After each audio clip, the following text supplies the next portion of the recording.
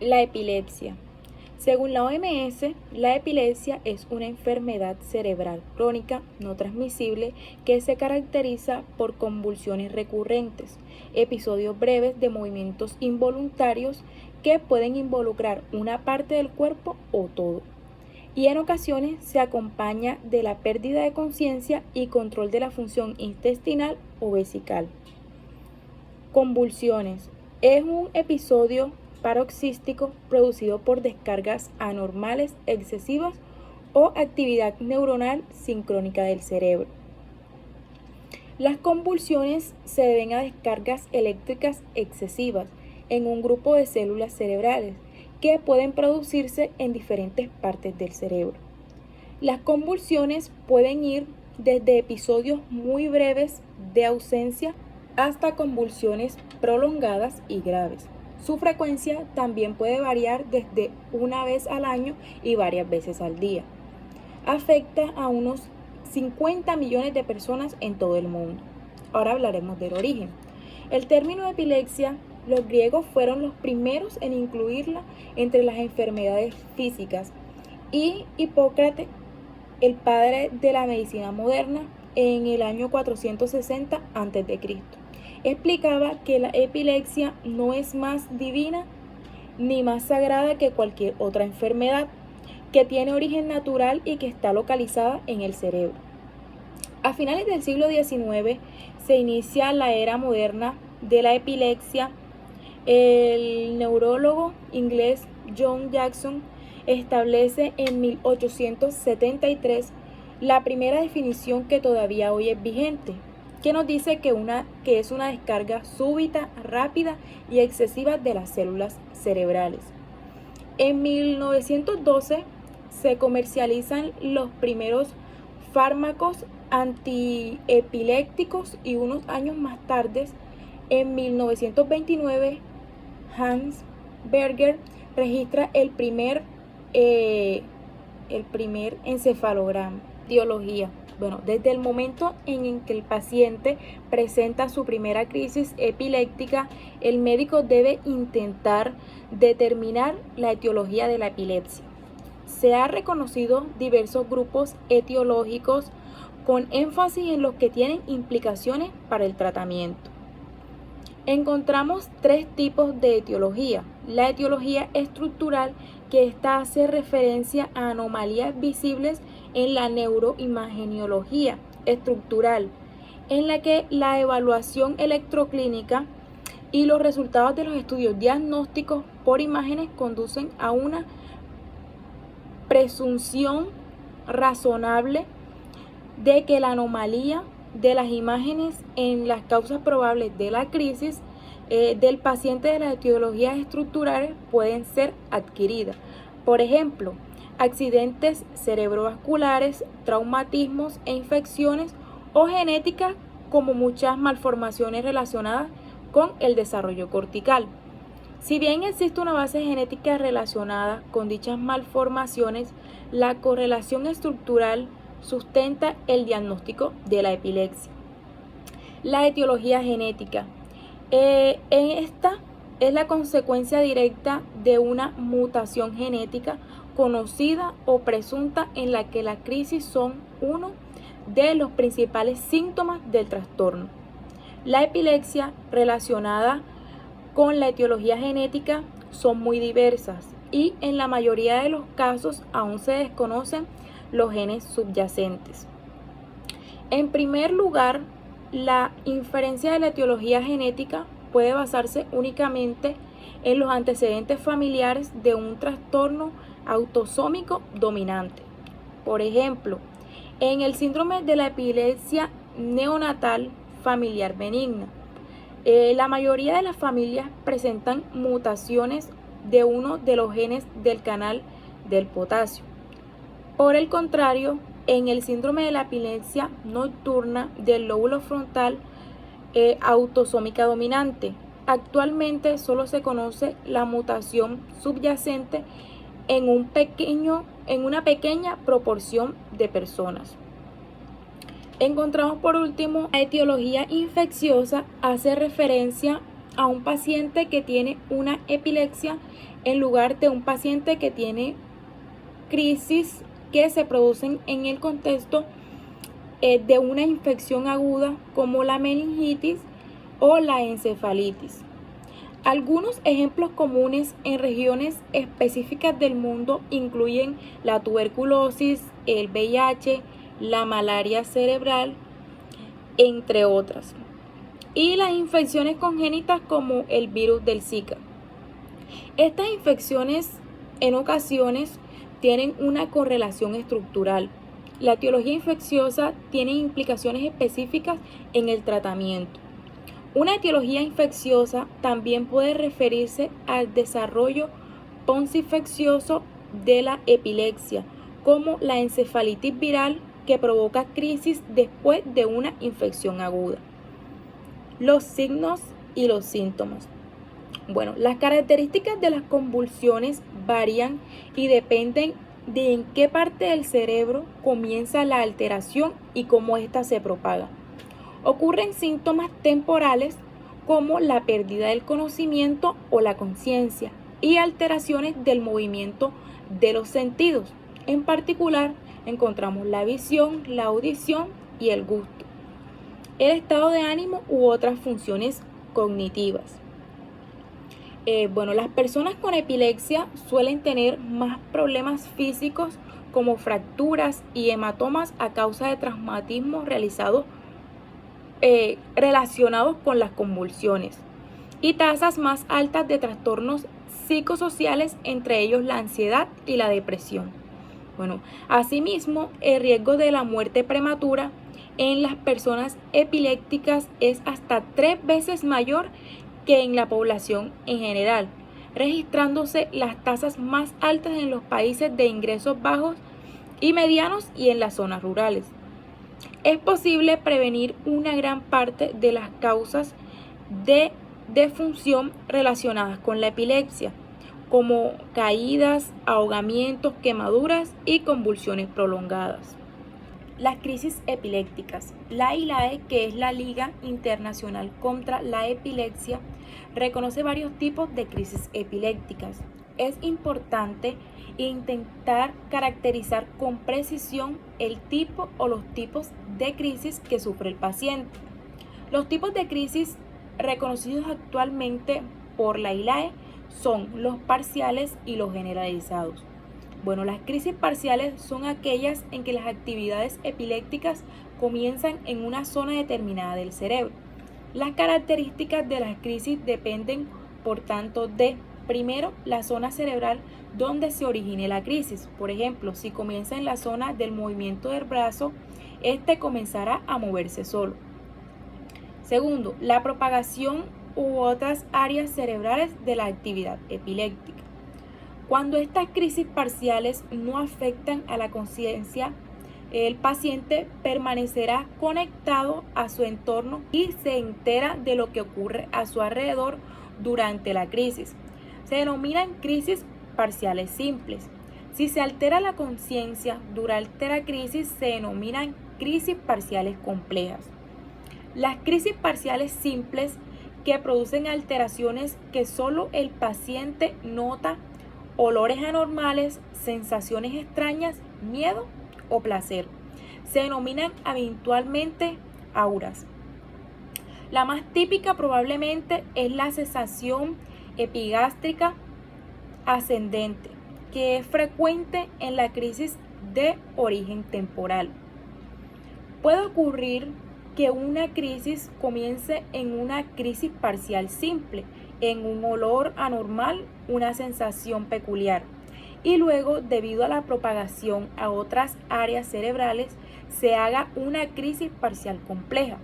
Los pacientes saben que van a tener una crisis con desconexión por el aviso que supone el aura. Las crisis generalizadas son aquellas en que la actividad eléctrica epileptiforme se manifiesta en todo el cerebro. Habitualmente se manifiesta con movimientos bruscos en todo el cuerpo. Si la actividad epileptiforme comienza en todo el cerebro, a la vez se denomina principalmente generalizada. Si es una crisis parcial que se propaga en todo el cerebro se denomina secundariamente generalizada. Así, una crisis parcial que se sigue de convulsiones tónico-clónicas se denomina una crisis parcial compleja secundariamente generalizada. Existen varios tipos de crisis primariamente generalizadas. Las más importantes son ausencias típicas o infantiles, también denominadas petit mal. Las ausencias son crisis de corta duración, habitualmente menos de 30 segundos, de inicio y fin brusco. El niño queda parado con la mirada perdida, no responde y está inmóvil. Cuando la crisis finaliza, el niño o la persona no queda confusa y sigue con todo lo que estaba haciendo. Si no se trata, el niño puede tener hasta cientos al día. Típicamente comienza en edades infantiles entre los 4 a los 6 años de edad. Las crisis tónicas. Bueno, el paciente presenta bruscamente una contracción corporal generalizada, habitualmente más intensa en las extremidades superiores, durante menos de 30 segundos. Y si ocurre estando de pie, el paciente puede caer al suelo. Estas crisis son típicas del Lennox-Gastaut y debido a las caídas pueden ser muy invalidantes. Encontramos las crisis mioclónicas, que estas consisten en una contracción brusca de 1 o 2 segundos de duración, como un susto, habitualmente en las extremidades superiores. Son típicas en las epilepsias mioclónicas juveniles. Bueno, tónico-clónico generalizadas son las crisis epilépticas más famosas. En ellas el cuerpo sufre una contracción brusca generalizada, mantenida por varios segundos, con los brazos y las piernas extendidos, que es lo que se llama una fase tónica. Posteriormente, el paciente sufre contracciones bruscas de las extremidades, que es la fase clónica, con las que habitualmente termina la crisis. Crisis atónicas. Aquí el paciente sufre una pérdida brusca del tono muscular, sufriendo una caída si está en ortostatismo. Son características del Lennox-Gastaut. Bueno, encontramos síndromes, y los síndromes son un conjunto de síntomas que incluyen crisis de epilepsia y que se agrupan en funciones de unos signos y patrones comunes como la edad de aparición. Bueno, dada la complejidad y diversidad de la epilepsia, los síntomas epilépticos se definen en función de la edad de inicio, como el tipo de la crisis epiléptica y las alteraciones evidentes en el EEG, que es el electroencefalograma, y normalmente se diagnostican durante la infancia y la adolescencia. Bueno, la epilepsia mioclónica juvenil, que es, bueno, los niños con epilepsia mioclónica juvenil tienen crisis convulsivas mioclónicas que suelen comenzar alrededor de la adolescencia. También pueden tener crisis de ausencia y crisis generalizadas tónico-clónicas. Las crisis pueden ocurrir con menos frecuencias en la etapa adulta, pero puede ser necesario medicarse de por vida. ¿Cuáles son los signos y los síntomas de una crisis mioclónica juvenil? En la epilepsia mioclónica juvenil pueden ocurrir distintos tipos de crisis. Los tipos de crisis y sus síntomas son los siguientes. La crisis mioclónica. En este tipo de crisis convulsivas es la más común en la epilepsia mioclónica juvenil y es el componente esencial de esta afección. En una convulsión mioclónica, un niño puede tener breves sacudidas o tirones musculares o en la parte alta del brazo, los hombros y el cuello. Crisis de ausencia. Durante una crisis de ausencia empieza súbitamente en medio de una actividad y acaba de forma abrupta. Durante la crisis, un niño puede quedarse con la mente en blanco o quedarse mirando fijamente a algo durante 5 a 20 segundos. Hacer revolotear los ojos o mirar hacia arriba. no ser consciente de lo que está ocurriendo durante la crisis, retomar sus actividades normales y no recordar haber tenido una crisis cuando ésta concluya. También hacer ruidos con los labios, movimientos de masticación o movimientos torpes con las manos. Crisis tónico-clónicas. En este tipo de crisis, un niño puede tener convulsiones o rigidez muscular y sacudidas rítmicas, poner los ojos en blancos, gritar, orinar o defecar, no poder responder durante la crisis y quedarse confundido y adormilado durante la crisis. En la epilepsia mioclónica juvenil, las crisis ocurren típicamente durante los 30 minutos que siguen al despertar por la mañana o después de la siesta. Tienen más probabilidades de ocurrir cuando la persona está cansada o estresada o no durmió lo suficiente. ¿Cuáles son las causas de la epilepsia mioclónica juvenil? Se desconocen las causas de la epilepsia mioclónica juvenil, pero tienden a darse por familias. Esta afección está asociada con cambios genéticos o mutaciones. ¿Cómo se diagnostica la epilepsia mioclónica juvenil? Si el niño tiene una crisis convulsiva, el médico querrá que consulte con un neurólogo pediátrico, un médico que trata el cerebro, la médula espinal y los problemas que afectan el sistema nervioso. El neurólogo hará preguntas sobre lo que sucedió durante la convulsión, realizará un examen y ordenará un electroencefalograma para medir la actividad eléctrica del cerebro. ¿Qué es el síndrome de Lennox-Gastaut? El síndrome de Lennox-Gastaut es un tipo de epilepsia intratable muy poco común. Los niños con esta afección tendrán varios tipos diferentes de convulsiones, algún grado de discapacidad intelectual y retraso del desarrollo, hallazgos anormales en electroencefalograma, que es una prueba que permite ver las ondas cerebrales y la actividad eléctrica. El síndrome de Lennox-Gastaut comienza cuando los niños tienen entre 3 y 5 años. Se trata de una afección de por vida que requiere de muchos cuidados. ¿Qué tipos de convulsiones ocurren en el síndrome de Lennox-Gastaut? Hay diferentes tipos de convulsiones en este síndrome. Estas convulsiones pueden causar una amplia variedad de síntomas.